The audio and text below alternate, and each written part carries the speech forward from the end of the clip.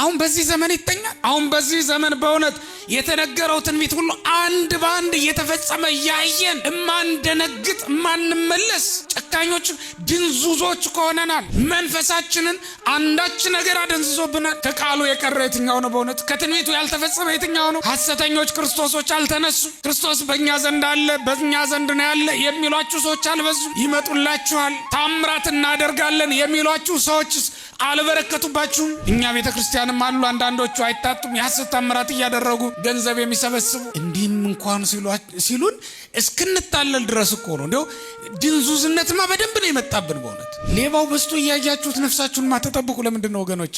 ልባችሁን ማትጠብቁ ለምንድን ነው? በልዩ ልዩ የማታለያ ንግግሮች እየወሰዱን፣ በልዩ ልዩ ማታለያ ዘዴዎች እያወጡን ከቤተ መቅደሳችን ከእግዚአብሔር እየለዩን ከክርስቶስ ለይተው ሐሰተኛውን ክርስቶስን እየሰበኩልን። ይሄን እኮ ነው እንዳትሞቱ ከእርሱ አትብሉ የተባልነው እኮ ይሄ ትምህርት ነው። የእግዚአብሔር ቃል ምግብ ነው ወገኖቼ።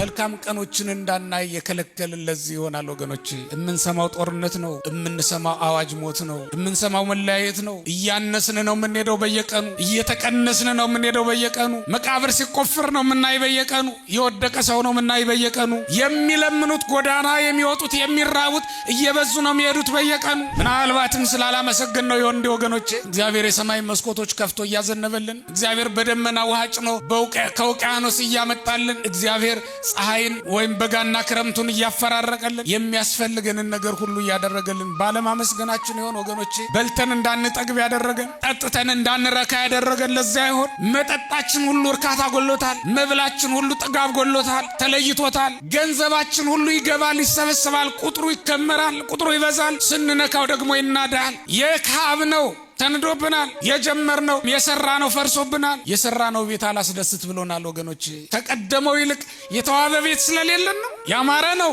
እናስጌጠዋለን፣ በአዳዲስ ማስጌጫ ዘዴዎቻችን አሳምረን እንሰራዋለን፣ ከተሞችን እናስውባለን። ነገር ግን ውበት ጠፍቷል ከከተማው። በተማርነው ትምህርት ምድራችንን መለወጥ አቃተን።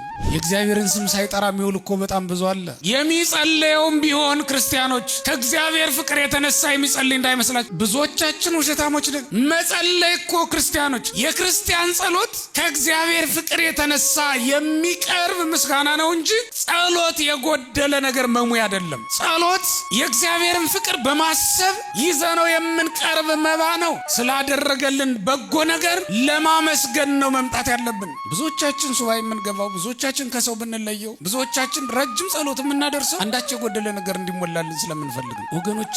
በመጀመሪያ ምስጋናውን እናቅርብ ከፍቅሩ የተነሳ። ለዚህ እኮ ነው በጸሎታችን መግቢያ ላይ ይትቀደስ ስምከ ነው የምንለው። ምስጋና ነው የሚቀድመው ስለ ሁሉም ነገር። ተስፋ ስላስደረገልን፣ ስለ መንግስተ ሰማያት ልጆቹ ስላደረገን፣ ስለዚህ ብቻ እግዚአብሔርን አስቀድመን ማመስገን ይኖርብናል። የጎደለ ነገር ለመሙላት ብቻ አይደለም እግዚአብሔርን መፈለግ ያለብን ክርስቲያኖች፣ መጸለይ ያለብን፣ ማመስገን ያለብን። እንዳትሞቱ ከእርሱ አትብሉ ኦሪት ዘፍጥረት